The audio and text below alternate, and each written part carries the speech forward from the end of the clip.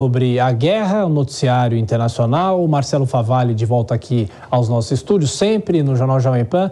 O Favalli, Elon Musk esteve em Israel, aliás, ainda está em Israel, se reuniu com autoridades, mas antes você atualiza algumas informações que nós tivemos em relação ao CFES. Bem-vindo, boa noite para você. Boa noite, Thiago. Boa noite a todo mundo que nos ouve, que nos assiste. Uma informação de cerca de uma hora atrás, Israel libertou 33 prisioneiros palestinos que estavam em prisões de Israel como parte do acordo feito com o Hamas. Lembrando que na segunda-feira, ao longo dessa segunda-feira, foram libertados 11 reféns pelo Hamas, que foram capturados então em solo israelense no dia 7 de outubro. Fazia parte do acordo e agora que já é madrugada no horário local, agora 21 horas e 45 minutos no horário de Brasília, são 2 horas e 45 minutos da manhã, na madrugada de segunda para terça, e no começo da madrugada agora houve a informação que Israel libertou esses 33 prisioneiros palestinos. A soma então já são 150 ex-prisioneiros palestinos devolvidos ao Hamas. Agora vamos voltar aqui ao que o Thiago falava. O mega empresário lá em Israel, bilionário, um dos homens mais ricos do mundo,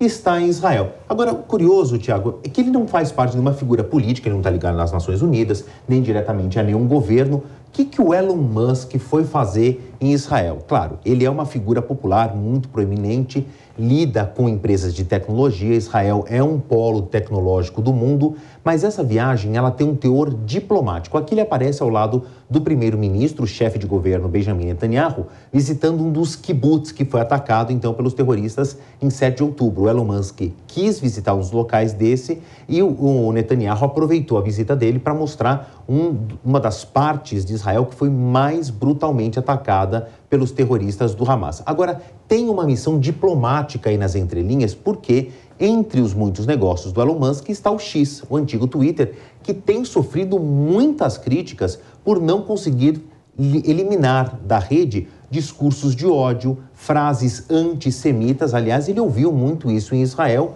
E só um parênteses rápido, não tem muito a ver com o antissemitismo, esses discursos de ódio.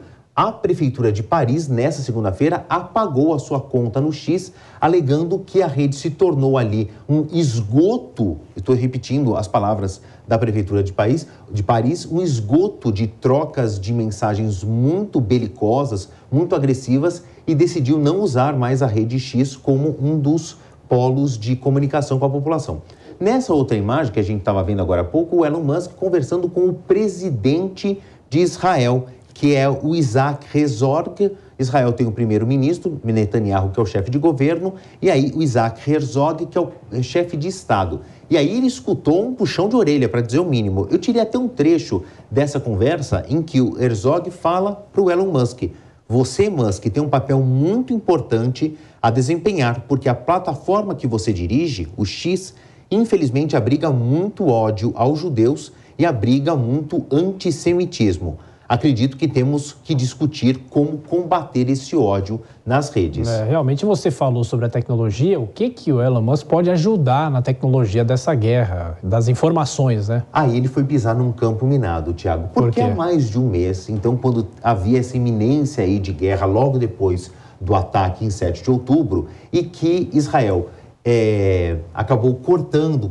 telecomunicações para Gaza, entre outros benefícios a respeito de água e suprimentos, o Elon Musk se manifestou sabendo do problema que é a falta de telecomunicações, principalmente numa área pobre, e ele cogitou deslocar os seus satélites de uma outra empresa que ele tem, a Starlink, para abastecer Gaza com telecomunicações. Isso criou um desconforto, para dizer o mínimo, em Israel, e agora ele tocou, ele disse: olha, eu ainda não fiz operação, mas eu não desisti dessa ideia. Só que para ele fazer isso, ele precisa da autorização do Estado de Israel, do governo de Israel.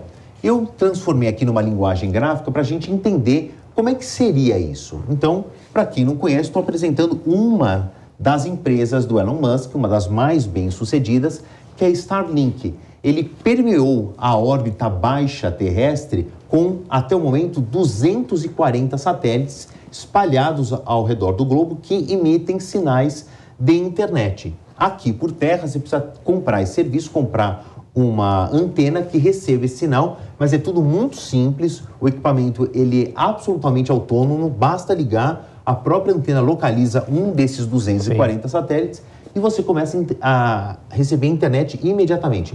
Numa zona pobre, destruída de guerra, isso seria uma solução no estalar de dedos. Então, são chamados trens, são kits compostos destes satélites que ficam orbitando. Um deles aí, por exemplo, tem 60 satélites juntos, é um dos maiores trens da Starlink em órbita.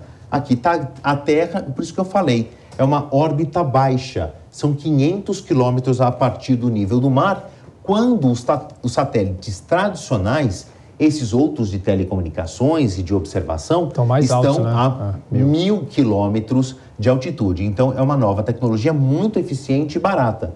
Hoje ele tem 240 desses satélites na chamada constelação da Starlink e que orbitam 550. E qual que é a grande vantagem? Ele que tem o comando, né, Starlink, pode redirecionar esses satélites em órbita. Haveria então uma concentração de algum deles sobre Gaza e levariam internet num estalar de dedos, num piscar de olhos. Telecomunicações são muito importantes, principalmente pelas operações da ONU, para monitoramento de distribuição de comida, pedir socorro, mas ainda, repito, precisa da autorização de Israel, que controla todo o entorno da faixa de Gaza. E não me parece que Benjamin Netanyahu vai dar esse sinal positivo por enquanto. Vamos saber. Bom, Marcelo Favalli, nosso editor de internacional, volta na programação. Valeu, Favalli. Abração para você. Obrigado, Thiago. Valeu. Até mais.